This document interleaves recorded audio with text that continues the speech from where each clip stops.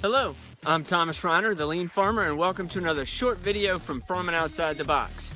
Today, I'm going to take you up close and personal with the Lean Beehive. So we have some friends of ours that run a homestead called the Land of Milk and Honey, and we got to go check out their homestead. They raise goats for milk and cheese, and they even make ice cream. And then of course they have some chickens, and it was a beautiful place. So we donned the bee suits, which was fun. It's the first time I've ever been in a bee suit. Got all ready, we went down to the hives.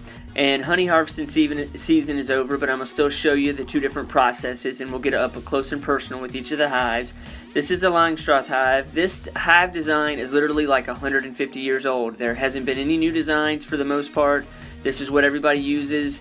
But it's also very hard to check on your bees, and you have to check on them periodically to look for disease and mites and all sorts of things. You want to see how they're doing, and the only way to do that is literally take the hive apart and pull out frames and try to get in there to look. And each hive is a little bit different. They'll tell you their temperament is different, but you know, going in there and doing this and the amount of things you have to take apart just to get in there and check on those bees really can irritate the bees. This particular time we did not use a smoker, which kind of calms them down, but they got pretty irritated pretty quickly just because of the amount of work you have to do to take that hive all apart just to check on them and see what's going on.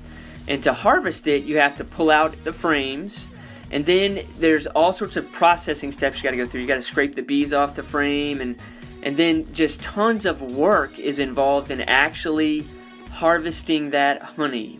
And from these next few images, you can see how much labor is involved.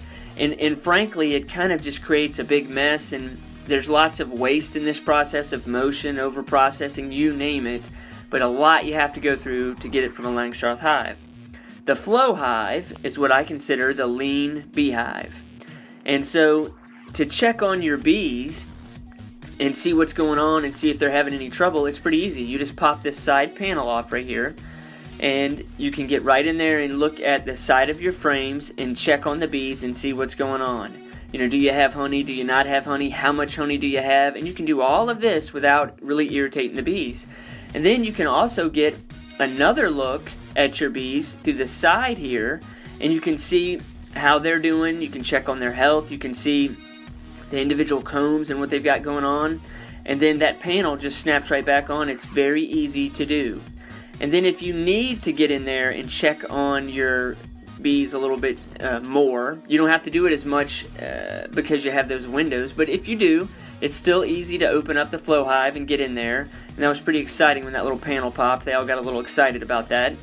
But it's easy to get in there and pull the frames out. There you can see some honey that they're starting to make since they harvested the honey a little while ago. And it's easy to put back together. And you just don't make the bees as frustrated when you use a Flow Hive. And then harvesting is simple. You slide this key into the top and you crank the key down. And as you turn it down, it separates the frames, and the honey drips down through the frames and literally runs out a tube and fills up a jar you have beneath it. It's basically honey on tap, they say, and what an amazing invention it is. And you do all this without irritating or frustrating the bees. It's so easy. So the Flow Hive is one of the most amazing inventions that I've seen in farming, and it's going to revolutionize the bee industry, in my opinion. And the next time somebody tells you, oh, we can't do that, or it's always been done that way, just remember that when you put your mind to it, you can come up with some amazing inventions and innovation. And today in farming, we need that more than ever. So thanks again for watching Farming Outside the Box.